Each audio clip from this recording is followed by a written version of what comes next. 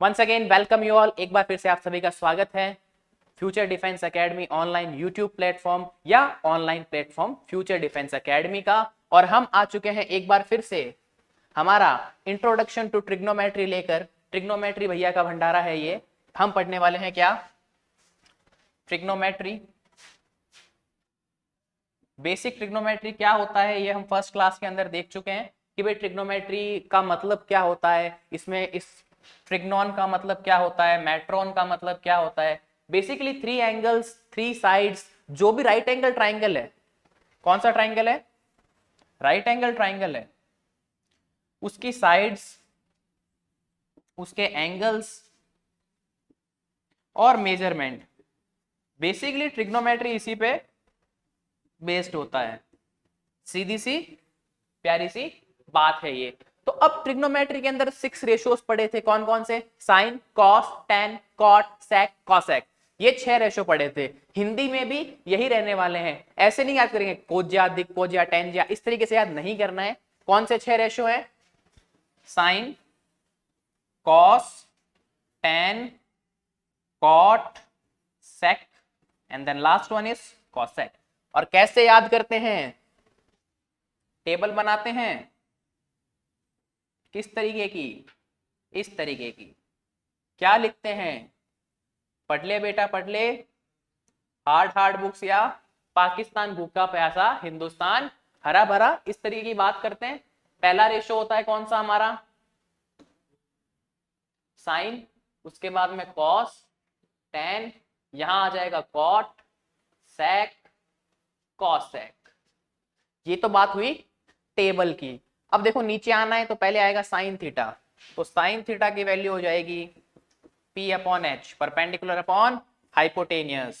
Then cos theta की value B upon H, base upon hypotenuse.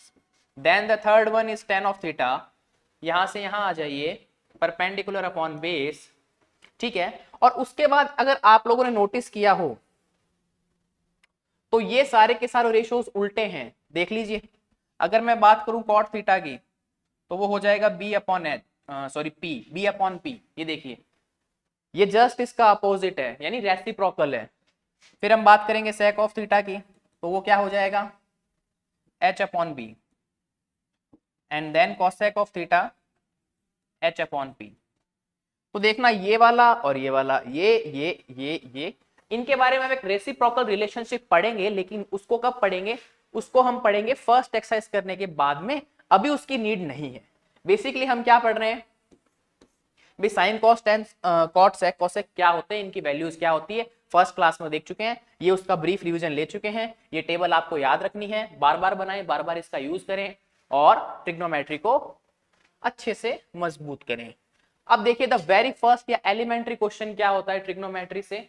जो 2 elementary question है वो हम कर चुके हैं, और 2-3 क्वेश्चन हमने होमवर्क में भी किए थे। बहुत ही इजी से और स्लाइटली मतलब बहुत इजी क्वेश्चन थे। अब यहां पे सेकंड टाइप आया है क्वेश्चन का, tan a की वैल्यू 4/3 है, find the other trigonometric ratios. ठीक है भाई, tan a की वैल्यू कितना? 4/3। ठीक है सर। अब हमें पता है, टेबल बना लीजिए वो वाली।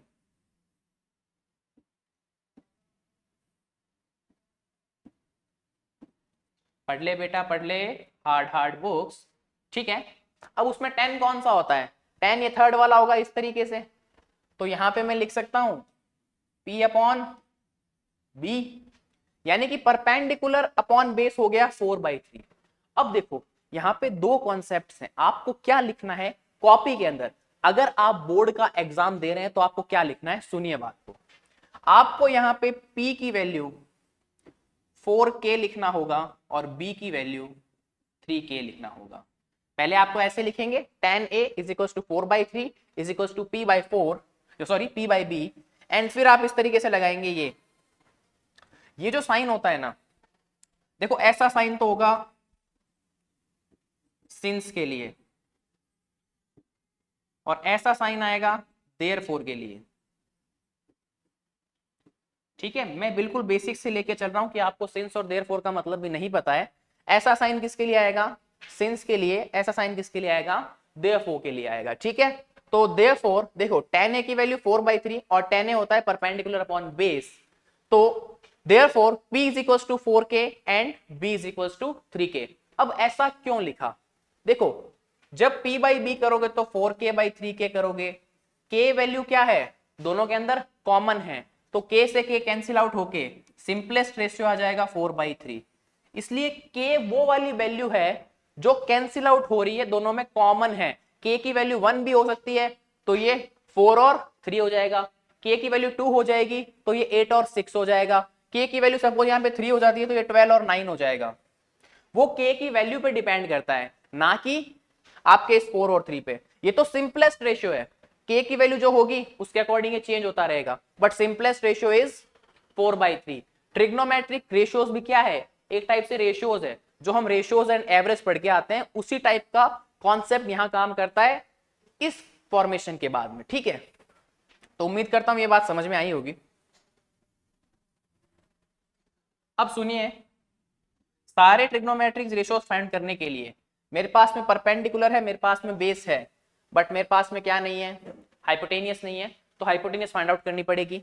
उसके लिए क्या चाहिएगा, पाइथागोरस थ्योरम, और वो क्या बोलती है, यहां पे लिख लीजिएगा बाय पाइथागोरस थ्योरम। ठीक है सर, बाय पाइथागोरस थ्योरम। तो यहां से देखिए एच स्क्वायर की वैल्यू कितनी आएगी, पी का स्क्वायर करो 4k का स्क्वायर प्लस करेंगे 3k का स्क्वायर, तो यहां से आ जाएगा H square is equals to 16 of k square plus 9 of k square. 16 और 19 को जैसे ही हम ऐड करेंगे तो एच स्क्वायर की वैल्यू कितनी आ जाएगी, 25k स्क्वायर। अब देखिए 25k स्क्वायर आ चुका है, तो यहां से जैसे ही h की वैल्यू निकालूंगा अंडर रूट में 25k स्क्वायर, मेरे पास में वैल्यू आ जाएगी 5 ऑफ k। थोड़ा ठीक से लिख दें, ये 28 दिखाई दे रहा होगा कुछ जगह, 25k स्क्वायर। अब देखो कुछ लोग कहेंगे कि सर -5k का स्क्वायर करते हैं तो भी क्या आता है, तो भी आपका 25k स्क्वायर होता है, बट हाइपोटेनियस क्या है, यहाँ पे एक लेंथ है, ट्राइंगल की साइड को रिप्रेजेंट कर रहा है, तो यहाँ पर वैल्यू किस में आएगी, प्लस में आएगी, तो मेरे पास हाइपोटेनियस की वैल्यू हो गई 5k। तो यहां पर मेरे पास में जो बचा हुआ हाइपोटेनियस था वो क्या आ गया, 5k। क्लियर है यहां तक की बात। अब मेरे पास में परपेंडिकुलर भी है, बेस भी है और हाइपोटेनियस भी है, तो हम रेशियोज निकाल लेते हैं रेड पेन से कुछ। पहले हम बात करते हैं साइन थीटा की, फिर हम बात करेंगे कॉस थीटा की। ठीक है, tan ऑलरेडी दे रखा है, चलिए थीटा नहीं ए की बात करेंगे। ए की बात क्यों करेंगे, क्योंकि क्वेश्चन में एंगल ए दे रखा है। अगर क्वेश्चन में एंगल ए दे रखा है तो ए, थीटा दे रखा है थीटा, अल्फा है अल्फा, बीटा है बीटा, गामा है गामा, मामा है मामा, कुछ भी जो क्वेश्चन में दे रखा है उसी को लेकर बात करनी होती है। साइन ए, कॉस ए, tan ए निकाला हुआ है तो हम यहां निकालेंगे कॉट ए, सेक ए और कॉसेक ए, ये 5 वैल्यूज निकालनी। तो आइए निकालते हैं। साइन ए क्या होता है, परपेंडिकुलर अपॉन हाइपोटेनियस। परपेंडिकुलर की वैल्यू क्या है यहाँ पे 4k और हाइपोटेनियस की वैल्यू क्या है 5k। 4k अपॉन 5 पे करोगे, 4k अपॉन 5k करोगे, k से k cancel out, answer will be 4/5। Clear है यहां तक की बात। फिर देखिए second cos A, cos A क्या होता है, base upon hypotenuse, 3k/5k, then answer will be 3/5। Then cot A की बात करेंगे तो कॉट ए की वैल्यू क्या हो जाएगी, उल्टा चलेगा, base upon perpendicular, base 3k और ये वाला 4k, तो 3/4। बहुत अच्छे समझ में आ रहा होगा, इजी सा कॉन्सेप्ट है। नाउ किसकी बात करनी है, सेक की। सेक क्या हो जाएगा, उल्टा, यानी कि हाइपोटेनियस अपॉन बेस होता है सेक, हाइपोटेनियस अपॉन बेस। तो हाइपोटेनियस की वैल्यू है 5, बेस है 3k, तो 5k/3k करेंगे, k से k cancel, answer will B 5/3। And cosec ए की बात करूं तो देखिए क्या होगा, ये लास्ट वाला that is hypotenuse upon perpendicular. तो hypotenuse 5k, perpendicular 4k, 5k/4k, k से k कैंसिल आउट। तो सारी की सारी ट्रिग्नोमेट्रिक वैल्यूज आ चुकी हैं। ऐसा एलिमेंट्री क्वेश्चन बनता है। फर्स्ट स्टेप या आप ये करेंगे जो ब्लैक पेन से लिखा है, देन आप रेड वाला करेंगे, मतलब इधर वाला। ये वाला बाद में जो वैल्यूज फाइंड आउट किए वो है। ठीक है, थोड़ा सा इस पे स्पेस कम होता है, बाकी एडजस्ट करके थोड़ा छोटा लिखूंगा अगली बार से, पर ऐसे आपको करना है। ये है elementary question. Now this is the wonderful question, ये बहुत अच्छा क्वेश्चन है। क्यों है? क्योंकि आप लोग जो ट्राइंगल सीख के आए हुए हो, कौन सी चीज सीख के आए हुए हो? सिमिलरिटी का कॉन्सेप्ट इसमें लगेगा। किसका कॉन्सेप्ट लगेगा? सिमिलैरिटी। ओके,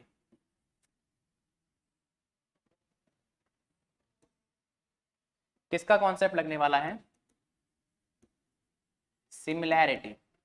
बोले तो समरूपता। दो ट्राइंगल्स की सिमिलैरिटी का जो कॉन्सेप्ट पढ़ा था उसके बारे में हम बात करने वाले हैं।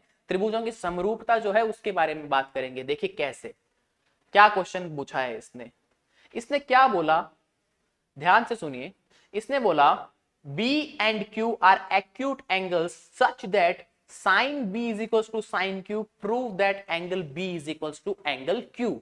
यानी कि हमें क्या बोला है कि दो आपके पास में ट्राइंगल्स हैं, मैं दो ट्राइंगल्स ले लेता हूं, that is my first triangle and ये हमारा सेकंड ट्राइंगल। ठीक है सर, अब देखिए इसकी हम वैल्यूएशन कर लेते हैं, नाम लिख लेते हैं ABC। इसका हम नाम दे देते हैं PQR। ठीक है, अब बताओ क्या मैंने ये ट्राइंगल सही बनाए हैं? मैंने ऐसा ट्राइंगल बना दिया और ऐसे आप निकालने लग गए, तो क्या ये सही है या ये गलत है? तो सबसे पहली बात ध्यान रखना, ये गलत है। क्यों है? क्योंकि आपने जैसे ट्राइंगल देखा, आपने सिमिलरिटी की कॉन्सेप्ट की बात की, आपने दो ट्राइंगल ऐसे फॉर्मेशन कर दी और आप क्वेश्चन को सॉल्व करने लग गए, टीचर वहीं पे काट देगा। क्यों? क्योंकि बात कर रहे हैं हम ट्रिग्नोमेट्री की। ठीक है, तो उसमें क्या होता है, उसमें राइट एंगल ट्राइंगल होता है। साइन बी और साइन क्यू हम तभी निकाल सकते हैं जब हमारे पास में राइट एंगल ट्राइंगल हो, इसलिए हम ये नहीं लिख सकते। हमें इस तरीके से राइट एंगल ट्राइंगल्स ड्रॉ करने होंगे। अब मैं बात कर सकता हूं। तो पहली जो दिक्कत होती है वो डायग्राम में ही कर देता है बच्चा। बच्चा क्या करता है, ऐसा डायग्राम बना देता है। तो जो भी बात है उसको ध्यान से समझना है। ठीक है, अब देखो PQR ABC। एक चीज ध्यान रखना, एंगल B और एंगल Q को 90-90 डिग्री मत कर देना। अगर तुमने डायग्राम में 90-90 डिग्री शो कर दिया तो वो तो पहले से ही 90-90 इक्वल हो गया, तो फिर वो मतलब वाली बात नहीं है। ठीक है, तो हमें एंगल या तो यहां रखना है या यहां रखना है, कहीं पे भी आप रख सकते हैं। तो ये तो बेसिक इंफॉर्मेशन है। अब देखो करना क्या है, इसका सॉल्यूशन किस तरीके से बनता है।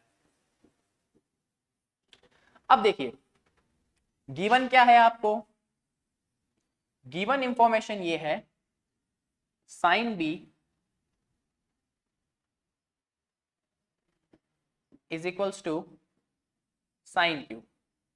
ये वाली चीज मुझे गिवन दे रखी है, sine B is equals to sine Q. यानी कि थीटा कहां बन रहा है, अगर मैं थीटा की बात करूं तो यहां पे सपोज एंगल कौन सा लेना है, ये वाला और ये वाला। इसको आप Q बोल दीजिए, इसको आप B बोल दीजिए। ठीक है सर, तो अब देखिए परपेंडिकुलर क्या हुआ, ये परपेंडिकुलर, ये बेस, ये परपेंडिकुलर, ये बेस, और ये तो हाइपोटेनियस होता ही है। ठीक है सर, इसने क्या बोला है, sine B is equal to sine Q. ठीक है, और मुझे प्रूफ करना है angle B is equal to angle Q.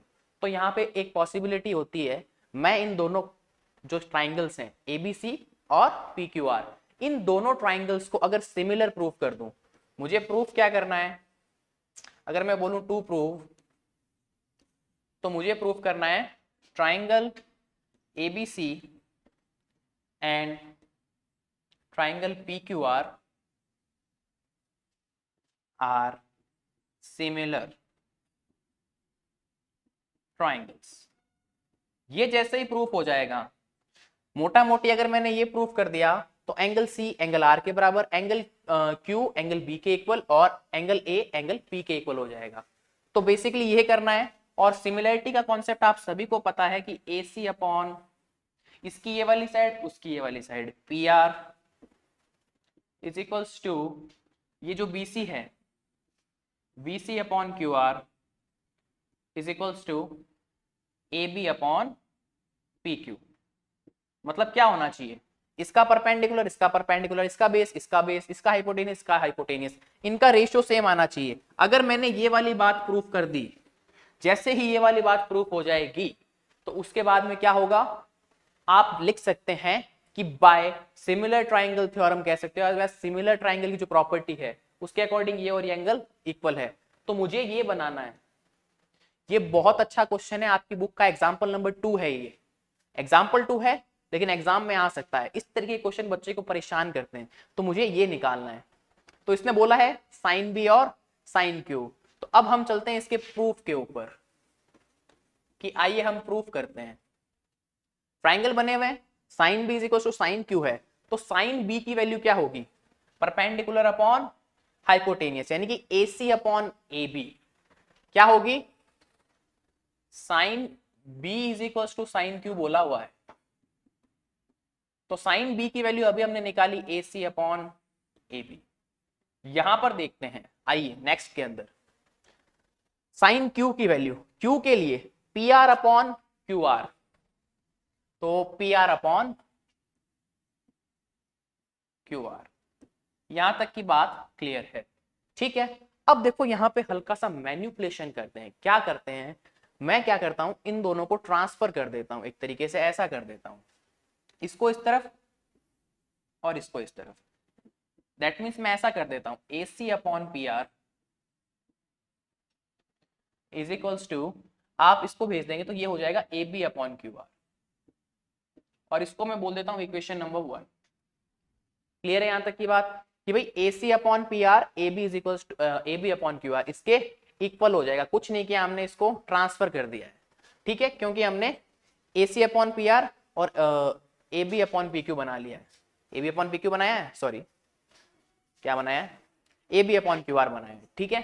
कोई दिक्कत है, AB हमने नाम सही लिखा है ना, सॉरी, ओके करेक्ट है। अब देखिए यहां पे मुझे BC अपॉन क्यू आर की वैल्यू चाहिए, ठीक है। BC अपॉन क्यू आर की वैल्यू मुझे फाइंड आउट करनी है कि भाई BC अपॉन क्यू आर क्या होने वाला है। अगर मुझे उसकी वैल्यू पता चल गई तो मैं इन तीनों को इक्वल लिख सकता हूं। क्या मैंने नाम सही लिखे हैं, PR upon Q are, PR upon Q are, sorry okay sorry, PR upon PQ लिखना था, हमने गलत लिख दिया। जो नाम है वो उस पेज पे ये PQ आएगा,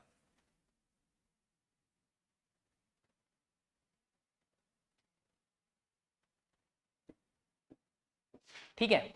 अब मुझे BC अपॉन क्यू आर की वैल्यू फाइंड आउट करनी है। आप इसके इक्वल्स में यहाँ पे आप इसको K के इक्वल मान लीजिएगा। किसके इक्वल मान लीजिएगा, K के। आपकी कैलकुलेशन इजी हो जाएगी, इसलिए आप इसको K के इक्वल मान सकते हैं, ठीक है सर, मान लिया। अब BC अपॉन क्यू आर की वैल्यू चाहिए, तो मुझे अगर राइट एंगल ट्राइंगल्स बना लेता हूं ज्यादा अच्छा रहेगा। यहां बनाते हैं छोटे छोटे ट्राइंगल्स। देखो आपको बनाने की जरूरत नहीं है क्योंकि मैंने यहाँ पे पेज चेंज कर लिया है, इसलिए मुझे बनाना पड़ रहा है। आपने कॉपी में ऑलरेडी डायग्राम एक ही बार मेंशन करना है। तो ये वाला तो मेरा बी था,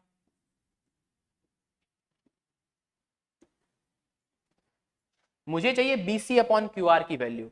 तो देखो BC की वैल्यू कैसे निकालोगे आप, इस फॉर्म में निकालना है, ठीक है। मेरे पास में सिर्फ इतनी इतनी वैल्यू है, तो इतना सा काम कर लो, पाइथागोरस थ्योरम लगाओ और BC की वैल्यू फाइंड आउट कर लो। तो BC की वैल्यू कैसे फाइंड आउट करोगे, BC स्क्वायर, देखो BC square plus AC square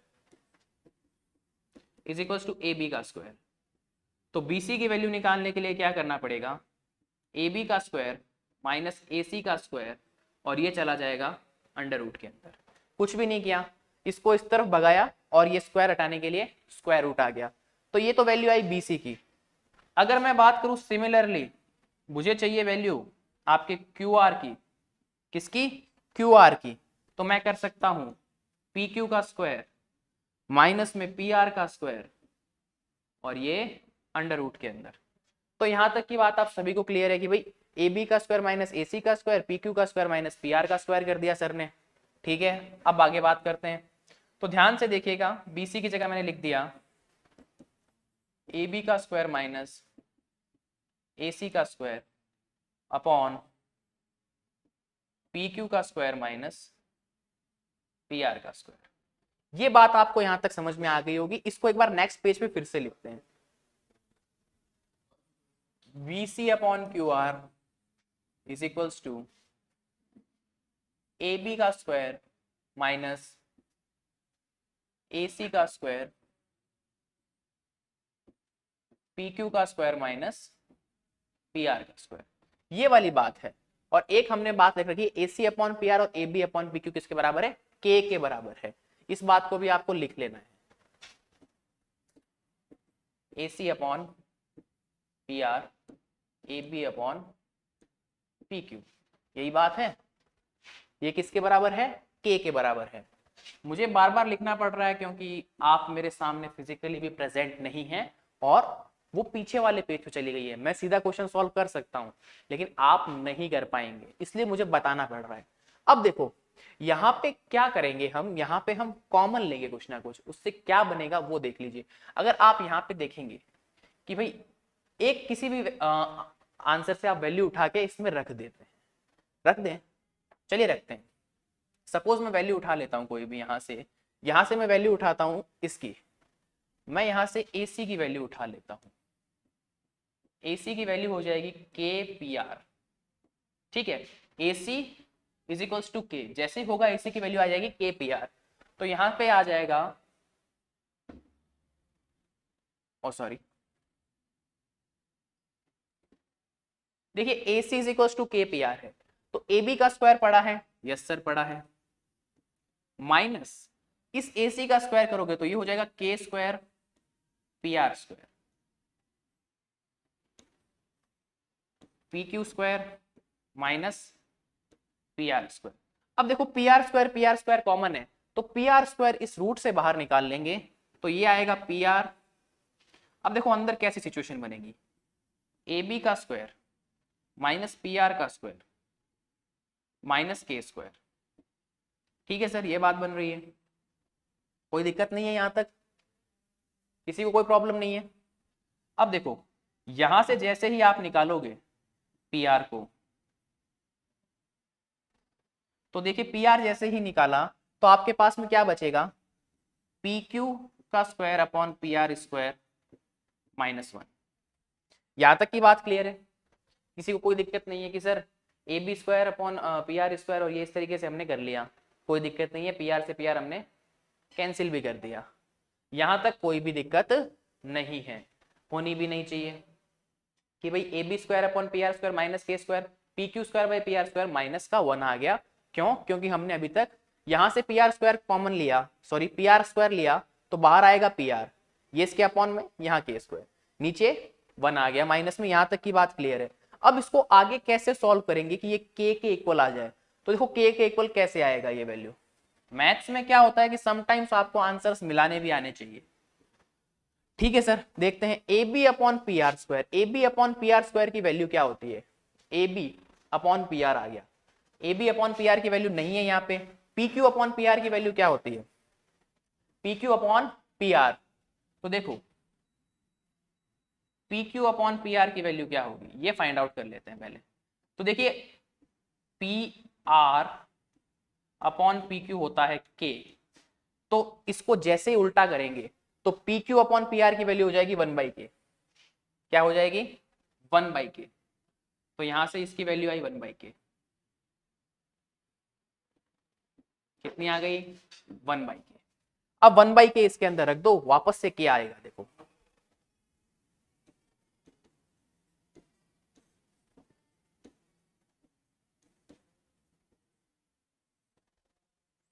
इसको 1/k करो,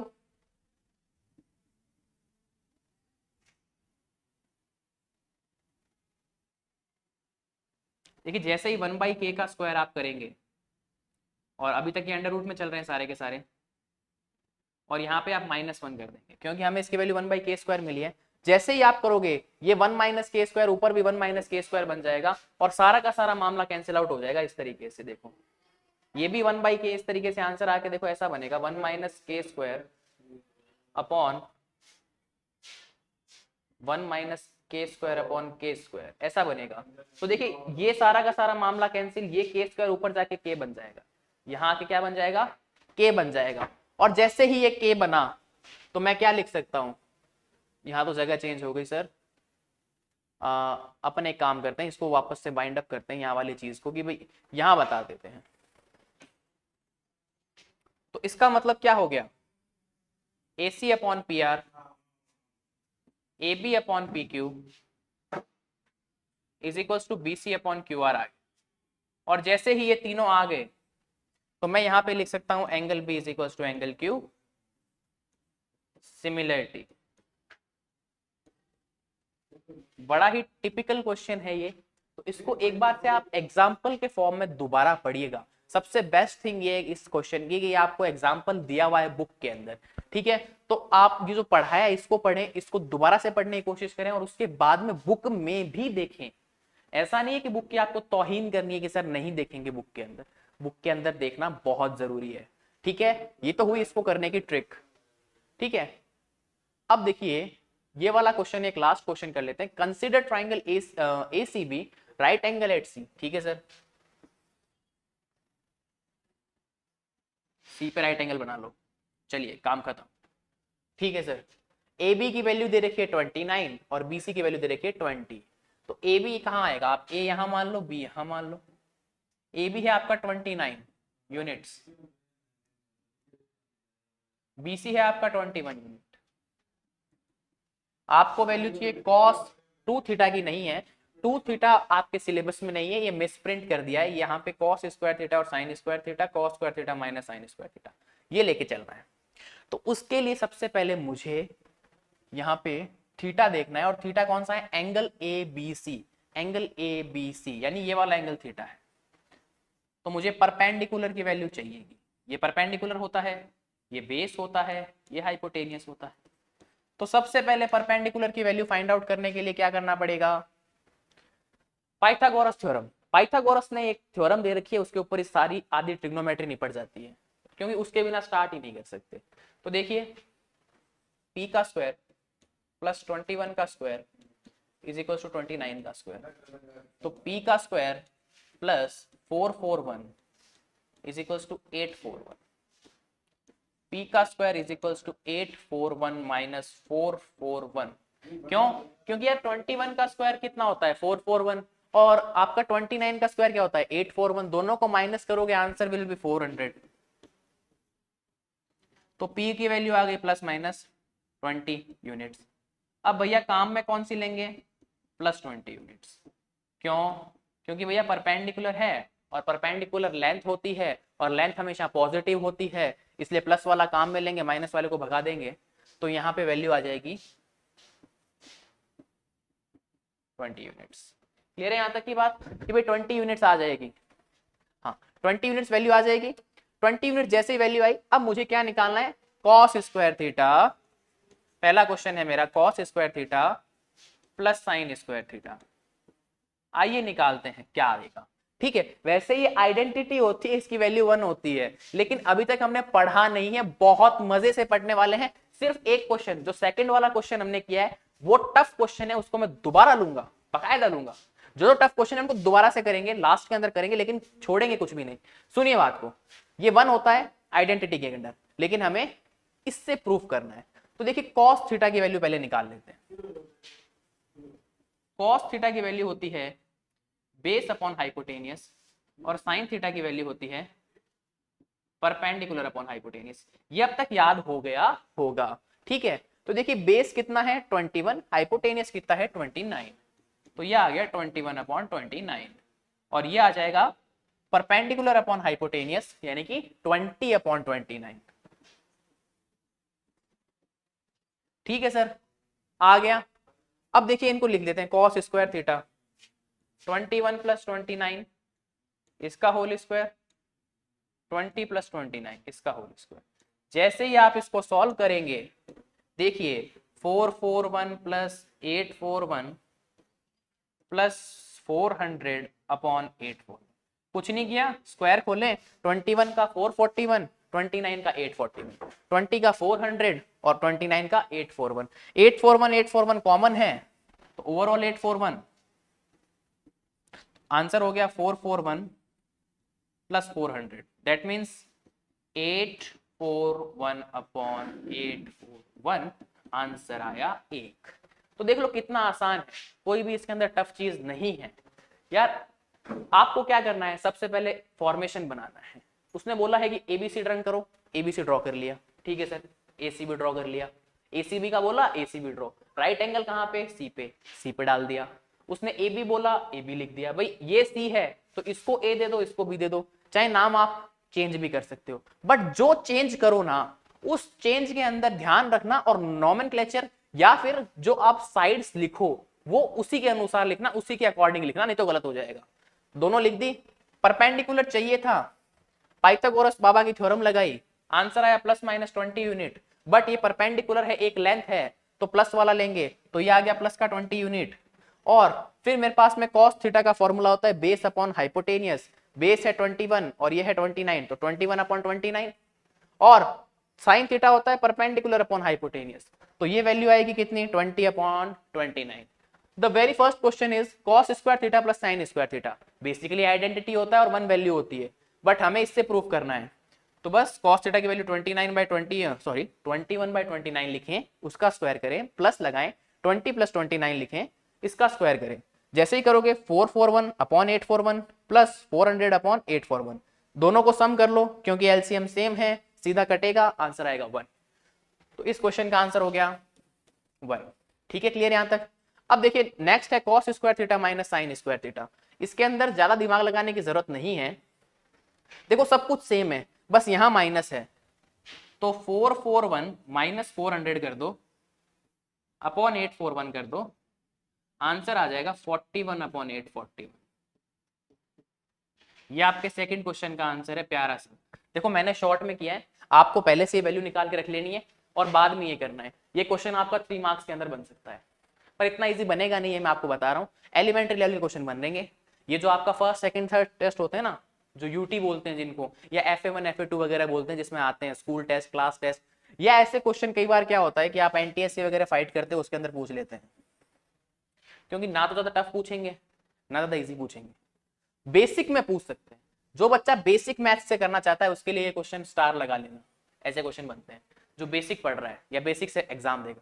स्टैंडर्ड वालों के लिए बच्चों वाली चीज है।